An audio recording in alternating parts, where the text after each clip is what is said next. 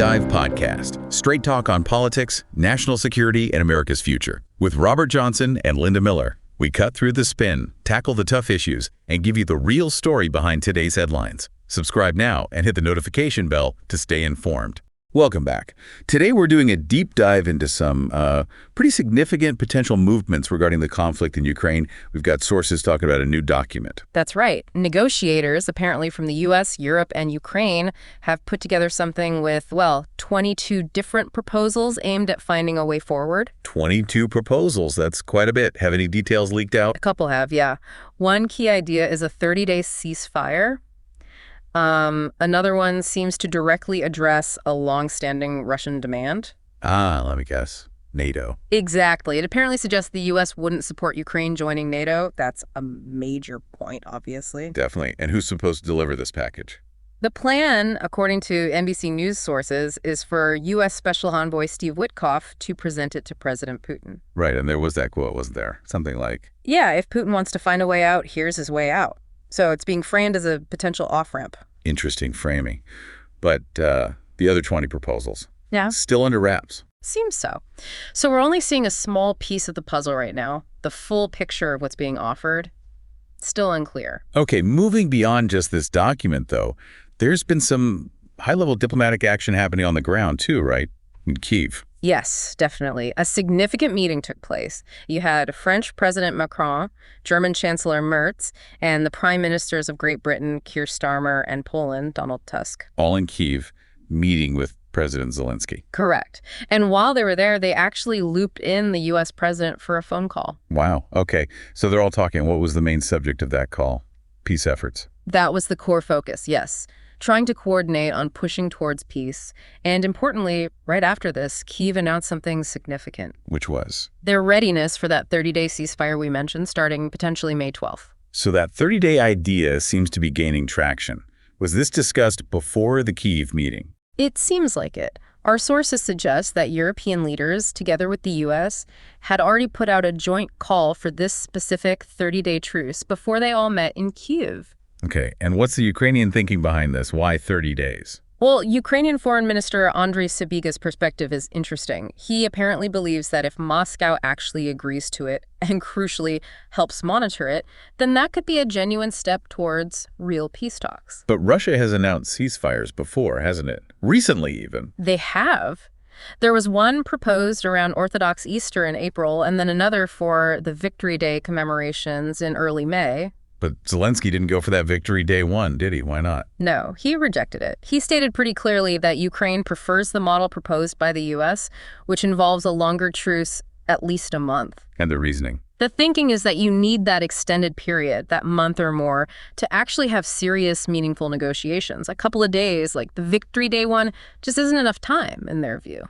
Got it. So this 30-day idea wasn't dreamed up yesterday. It tracks back further. Apparently, yes. It seems to have emerged from talks between Ukraine and the U.S. held back in March in Saudi Arabia. And what was President Putin's initial reaction back then? Well, reports suggest he supported the idea, in principle, but he also raised what were called nuances. Nuances, like what? The big one seems to have been about continued military aid flowing into Ukraine during any ceasefire. That was a point needing more discussion from his perspective. And the Kremlin later made that point even more explicit, didn't they? They did. They came out and stated that any ceasefire would have to involve Europe and the U.S. stopping arms supplies to Ukraine. That's a pretty clear condition. Which seems like a major hurdle, although didn't German Chancellor Merz sound quite hopeful at one point? He did, unusually so, perhaps. He suggested a ceasefire might be achievable within just a couple of days. That seems optimistic, given the conditions. Hmm. Meanwhile, what were the U.S. and other European leaders saying? They were issuing threats, actually, warning Moscow that rejecting this ceasefire proposal would lead to even more sanctions. And Russia's reaction to sanction threats is usually pretty consistent. They consider them illegal, demand they be canceled. It's a standard part of the back and forth. So what's the latest official word from Moscow on this specific 30-day proposal?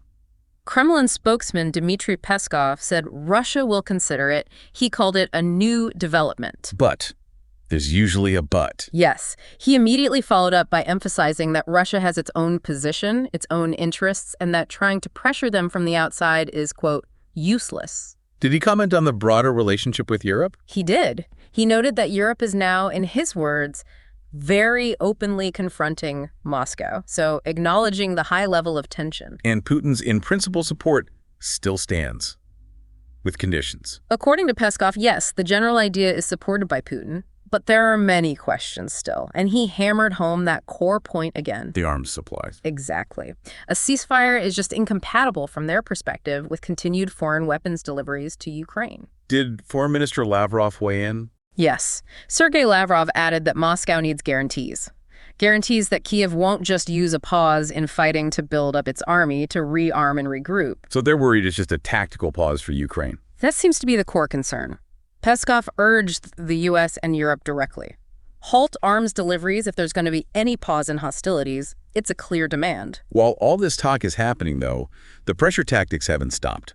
London announced more sanctions. Big ones, yeah. On May 9th, they called it the largest in history against Russia's shadow fleet of oil tankers, targeting around 100 vessels, apparently. And Chancellor Merz was also calling for more pressure around the same time. He was. The same day, May 9th, Merz was also publicly advocating for increasing the pressure on Moscow. So the strategy of sanctions continues in parallel.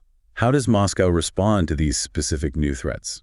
Peskov basically shrugged them off. He said Russia is used to sanctions, they anticipate the consequences, and further threats are, again, futile. Now, on the other side of that arms supply issue, France's position. Quite different. President Macron came out almost immediately and ruled out any halt to arms supplies to Ukraine, even if there is a truce. So a complete opposite stance to Russia's condition. Yeah. That doesn't exactly bode well for agreement. It certainly highlights a fundamental disagreement, doesn't it? One side demands armed stop, the other says they absolutely won't stop. And some of our sources are suggesting this whole ceasefire proposal might be viewed skeptically by some parties. Yeah. Perhaps not as a genuine peace move. That's a really crucial point being raised. The argument presented is that some might see this less as a path to peace and more as a logistical opportunity. A chance for Ukraine to reset. Exactly. Yeah. A chance to resupply, regroup troops, maybe redeploy forces, all under the cover of a ceasefire. And this line of thinking suggests a real peace effort would look different. Yes, the argument continues that a true commitment would involve something much more drastic, like closing the border with Poland to stop the flow of external support. Though the author presenting this view admits that's highly unlikely. Okay, so there's skepticism about the motives.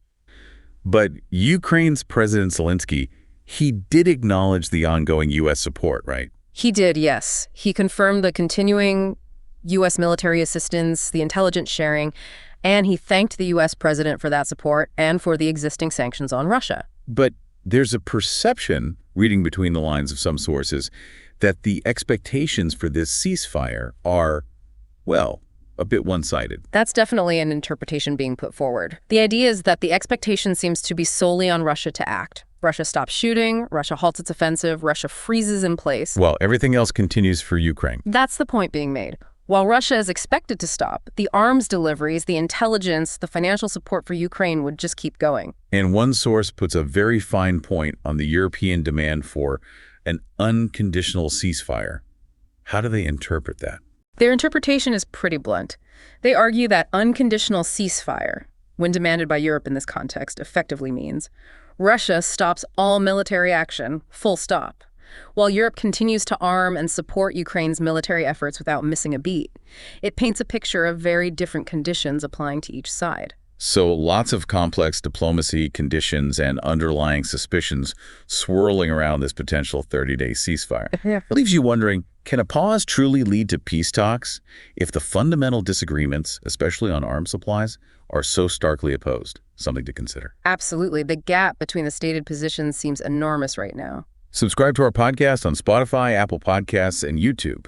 We're here to make things clear, new episodes every day.